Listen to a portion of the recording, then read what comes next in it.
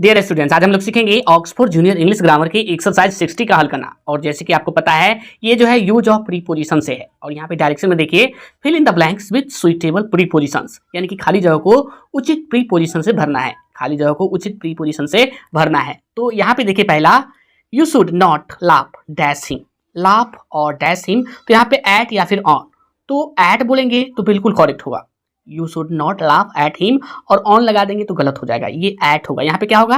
Eight. You should not laugh at him, आपको उस पर नहीं हंसना चाहिए। अब देखिए I am senior dash you, to या फिर फ्रॉम, तो यहाँ पे टू होगा। I am senior to you, मैं तुमसे सीनियर हूं। अब देखिए I prefer milk dash tea, to या फिर फ्रॉम, तो यहाँ पे जो होगा टू होगा। ये जो है मिल्क को जो अधिक महत्व देता है चाय से, ठीक है। अब देखिए she is good dash English, in English या फिर एट इंग्लिश, तो यहाँ पे आपको लगाना है at. She is good at English. अब क्या है, I congratulated him dash his success. यहाँ पे देखिए ये जो बधाई दिया है उसकी सफलता के लिए, तो यहाँ पे टू या फॉर, तो यहाँ पे फॉर होगा। क्या होगा? फॉर।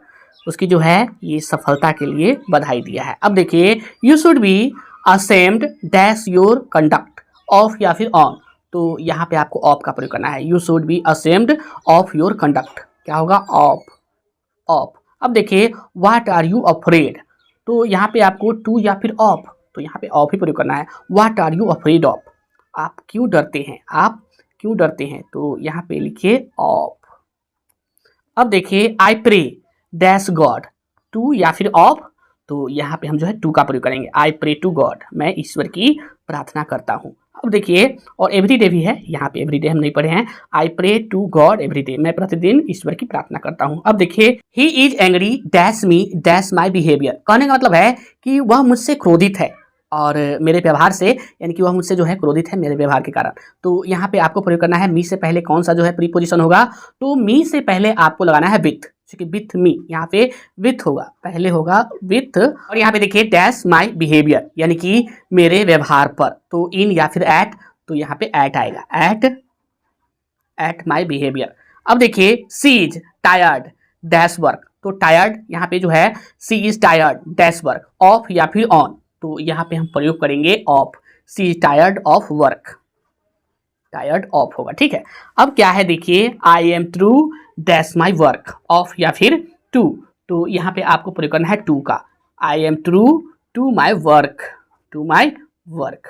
अब देखिए I am sorry dash this, to या फिर फॉर, तो यहाँ पे फॉर होगा। यहाँ पे क्या होगा? I am sorry for this, मैं इसके लिए शर्मिंदा हूँ, तो फॉर लिखिए, फॉर।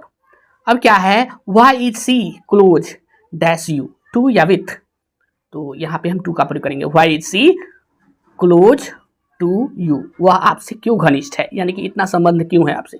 यहाँ पे देखिए please listen dash me, on या फिर टू, तो यहाँ पे हम प्रयोग करेंगे क्या? टू।